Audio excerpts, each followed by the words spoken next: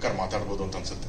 ಆ ಥರದೊಂದು ಪವರ್ಫುಲ್ ಆದ ವ್ಯಕ್ತಿ ನಮ್ಮ ಕರ್ನಾಟಕದ ಒಂದು ಹೆಮ್ಮೆ ಅಂತ ಹೇಳ್ಬೋದು ಬಂಡೆ ಸಾಹೇಬ್ ಅವ್ರದ್ದು.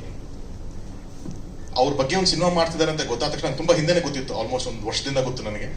ಅಣ್ಣನ ಜೊತೆ ಅವ್ರ ಊರಿಗೆ ಹೋದಾಗ ನಿರ್ಮಾಪಕರು 4 ನಟರೆಲ್ಲ ಭೇಟಿ ಮಾಡಿದ್ದೆ ನಾನು.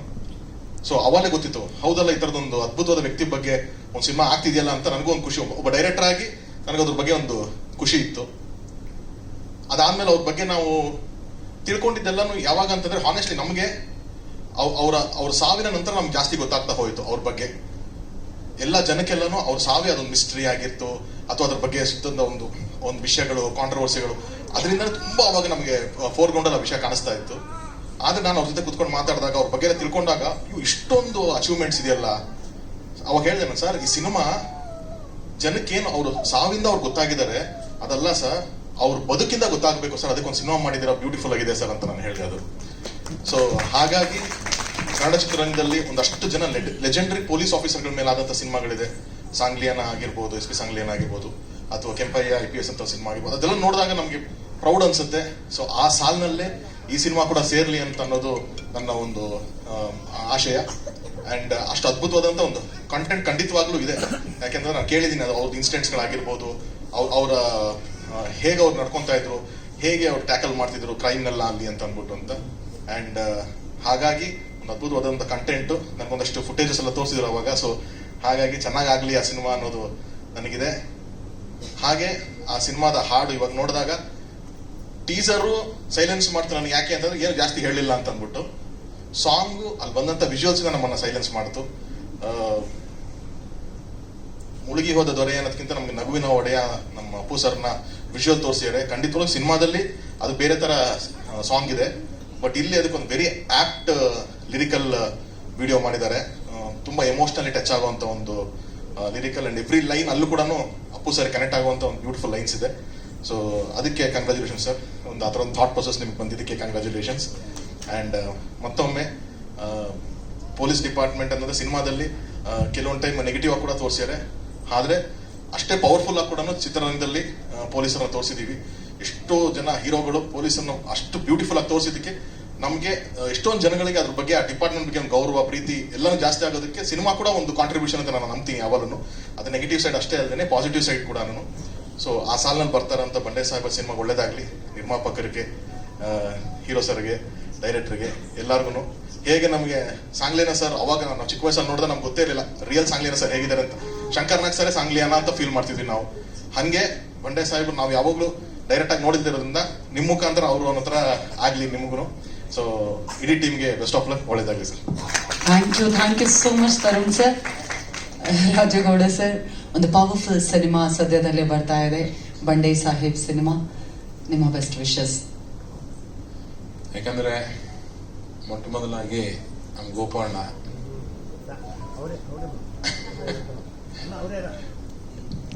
ಕೂತ್ಕೊಳ್ಳಿ. ನಾವು ಬೇರೆ ಬೇರೆ ತಾಯಿ ಹೊಟ್ಲೆ ಹುಟ್ಟಿರ್ಬೋದು, ಬಟ್ ಅಣ್ಣ ತಮ್ಮರ್ಗಿಂತ ಹೆಚ್ಚಿದೆ. ಅಷ್ಟೊಂದು ಮೊದಲಿಂದ ನಮ್ಮ ಮೇಲೆ ಯಾವತ್ತು ಗೋಪಣ್ಣನ ಪ್ರೀತಿ ಇದೆ ನಮ್ಗೆ. ಅಷ್ಟೊಂದು ಬಹಳ ಆತ್ಮೀಯತೆಯಿಂದ ನಮ್ಗಾಯ್ತು, ನಮ್ಮ ಮುಕುಂದಣ್ಣವ್ರಿಗಾಯ್ತು, ಎಲ್ಲರೂ ಸ್ವಂತ ತಮ್ಮಕ್ಕಿಂತ ಹೆಚ್ಚಾಗಿ ನೋಡ್ಕೊಂಡು ಹೋಗ್ತಾರೆ. ನನಗೆ ಹೇಳಿದ ಅಣ್ಣ, ತಮ್ಮ ಹಿಂಗ ಮಲ್ಲಿಕಾರ್ಜುನ್ ಬಂಡೆ ಸಾಹೇಬ್ರ ಮೇಲೆ ಒಂದು ಪಿಕ್ಚರ್ ಮಾಡ್ತಿದ್ದೀನಿ ಅಂತ. ನಾನು ಫಸ್ಟ್ ಹೇಳಿದೆ, ಇದಕ್ಕೆ ಯಾಕೆ ಕೈ ಹಾಕಿದೆ ಅಣ್ಣ ಅಂತಂದು. ಫಸ್ಟ್ ನಾನು ಅದನ್ನ ಮಾತಾಡಿದೆ ಈ ವರ್ಡ್, ನೀನ್ ನೋಡು ಟೀಚರ್ ನೋಡಿದ್ಮೇಲೆ ನೀನ್ ಮಾತಾಡು ಅಂತ ಹೇಳಿದೆ.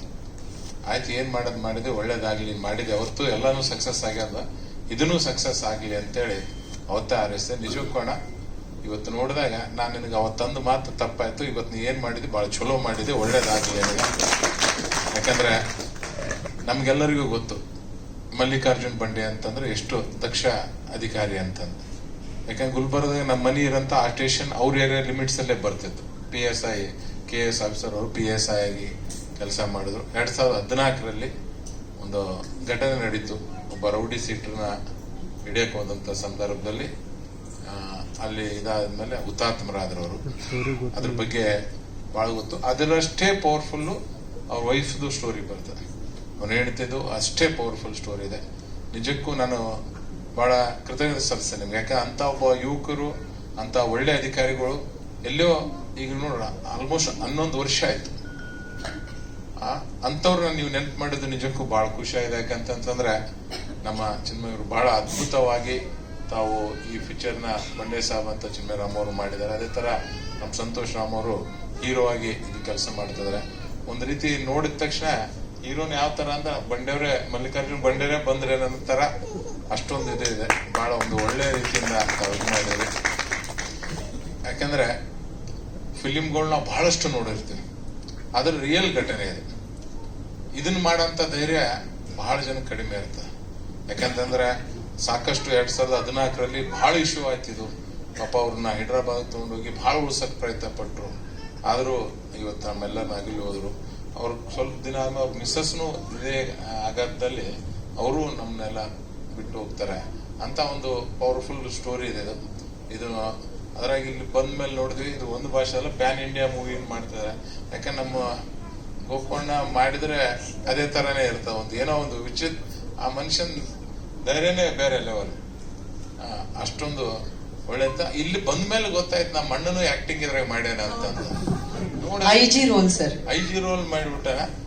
ಅದಕ್ಕೆ ಅಂದೆ, ನಾ ಅಣ್ಣಗೆ ಹೇಳಿದೆ, ಯಾಕೆ ತಲೆ ಕೂದಲ ಬೆಳ್ಳಗಾವಣ ಮೀಸಿ ಅಷ್ಟೇ ಕರ್ವ್ ಮಾಡ್ಕೊಂಡಲ್ಲ ಯಾಕಂತ ಕೇಳಿದೆ. ಆಮೇಲೆ ಇಲ್ಲಿ ಬಂದ್ ಮತ್ತೆ ಆ ರೋಲ್ನಾಗ ಗೊತ್ತಿಡ್ಲಿಲ್ಲ ಅಂದ್ರೆ ಹೆಂಗಂತ ತಲೆ ಕೂದಲ ಬೆಳ್ಳಗಿಟ್ಕಂತ. ಇಲ್ಲ IG ರೋಲ್ ಮಾಡಿದೆ, ಖುಷಿ ಆಯ್ತು. ಯಾಕೆ ಆತನಿಗೂ ಮೊದಲಿಂದ ಹವ್ಯಾಸ ನಾಟಕಗಳಲ್ಲಿ ಅಲ್ಲಿ ಇಲ್ಲಿ ಬಾಳ ಅಂದ್ರೆ ಬಾಳ ಆಯ್ತು. ಇನ್ನೊಂದಿಬ್ಬರಿಗೆ ಯಾಕೋ ರೋಲ್ ಕೊಟ್ಟಿಲ್ಲ. ಕಿಶೋರ್ ಶೆಟ್ಟಿಗೊಂದು, ಸಜ್ಜನ್ಗೊಂದು, SC ಪಾಟೀಲ್ ಕೊಟ್ಟಿದೆ.